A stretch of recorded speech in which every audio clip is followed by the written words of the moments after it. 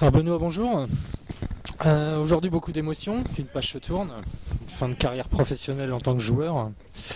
Des impressions bien sûr sur ta carrière après avoir fait l'équipe de France, Jeux Olympiques et avoir fini avec le TBHC. Ben, c'est pas fini avec le TVHC, mais c'est vrai qu'en tant que joueur, c'est terminé. Bon, après, j'espère que j'aurai pas besoin de remettre les patins pour donner un coup de main à l'équipe, qu'on s'en sortira sans moi, il n'y a pas de raison.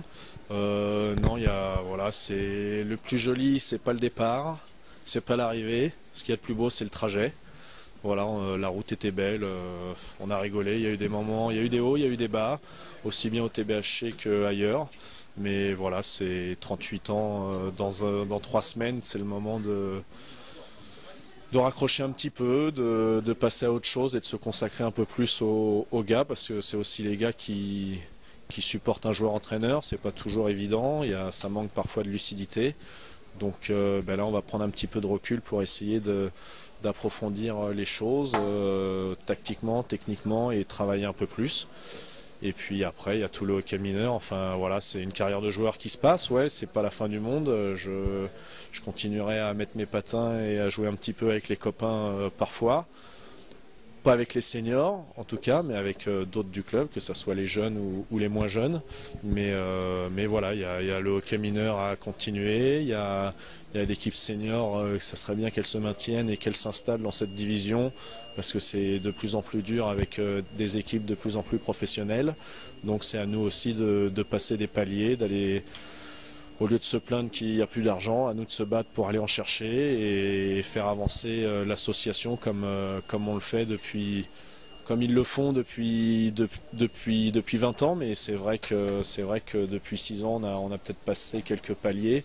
Et voilà, faut garder ces bases-là pour avancer le plus haut possible, en tout cas dans le championnat. Et puis une fois de plus, vraiment chercher à se maintenir, y construire de nouvelles bases dans cette division et avancer petit à petit. Donc cette année, Franck Delvolf, Christophe Ribanelli, toi-même, c'est un peu une page qui se tourne aussi au niveau du club, 3 piliers de l'équipe quelque part. L'année prochaine, vous avez de bonnes bases alors pour essayer cette fois d'accrocher les playoffs l'année prochaine. Ben, on va essayer. De toute façon, on joue tous les matchs pour les gagner. Maintenant, c'est vrai que chaque année, depuis que je suis là, j'ai essayé d'apporter de l'expérience dans le vestiaire. Ça a commencé par Christophe. Il y a eu Tommy Flink pendant 3-4 ans aussi, qui nous a quittés l'année dernière, mais qui est toujours au TBHC. Il y a Karl cette année. Voilà, l'objectif, c'est essayer d'apporter de l'expérience dans un vestiaire et essayer de montrer aux plus jeunes que malgré l'âge ou qu'importe, il y a quand même des sacrifices à faire et que même les joueurs de 35 ans ou 40 ans font ces sacrifices-là. Donc il n'y a pas de raison que ceux de 25 ne doivent pas les faire. Et puis ça apporte une énergie différente, certes pas physique, à l'inverse de Karl de Wolf qui lui en apporte une aussi physique. Il a la chance d'être encore en forme à 40 ans. Mais voilà, apporter une expérience dans le jeu, dans les discours de vestiaire, dans tout simplement la vie d'un joueur de hockey. Qui est aussi la sieste, mais qui est aussi la salle de musculation, le hors-glace, se donner à fond aux entraînements. Et c'est pour ça qu'au bout d'un moment, on commence aussi un peu à lâcher, parce que ce qui est dur, c'est pas forcément les matchs, mais c'est surtout la charge de travail pendant les entraînements. Donc maintenant en fait, tu vas apporter ton expérience au club en devenant entraîneur. Oui, oui, mais je l'ai toujours été. C'est vrai que c'est vrai que je l'ai toujours été en travaillant côte à côte avec Christian. Ça ne changera pas 110 000 choses. Je continuerai à travailler avec Christian si bien sûr il le veut. Mais c'est vrai qu'on pourra expliquer les choses plus calmement sur un tableau, un marqueur, et quand on a le même costume et dire les 4 vérités en face entre 4 yeux, alors que quand on a le même costume, faut essayer qu'un joueur fasse la part des choses, même si pour nous, en tant que joueur coach, ça l'est toujours. Pour un joueur qui a un joueur entraîneur devant lui avec le même costume, se faire engueuler ou se faire mettre les points sur les i ou se faire expliquer les choses, c'est pas toujours évident. Donc là, il y aura pas un fossé. Au contraire, j'espère d'avoir un petit peu plus le temps pour m'occuper d'eux.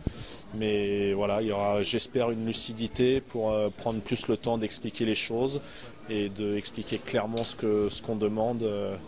Pour l'équipe, pour le club et pour aller le plus loin possible et le plus long possible. Donc maintenant pour Benoît, l'homme, mais non le joueur, qu'est-ce qu'on peut souhaiter alors maintenant? Non, qu'il puisse continuer à vivre à vivre avec sa passion. Voilà, c'est des sacrifices, comme j'ai essayé de le dire sur la glace, mais c'est pas évident. Ma famille était baignée dans le hockey, ça a fait des sacrifices pendant des années. Aujourd'hui, c'est ma femme et mes enfants qui font les sacrifices parce que je suis pas souvent chez moi. Mais voilà, ce qu'on peut me souhaiter, c'est que je puisse continuer de vivre de ma passion parce qu'aujourd'hui, c'est encore la seule chose qui m'intéresse. C'est le partage, l'aventure humaine, parce que le sport d'équipe, c'est avant tout des aventures humaines et vous pouvez toujours vous souvenir des scores ou des choses comme ça. Mais sincèrement, vous n'oubliez jamais avec qui vous avez joué, où ça et à quel moment vous avez pris le plus de plaisir. Merci Benoît. Je vais te laisser rejoindre tes camarades dans le vestiaire. Merci beaucoup.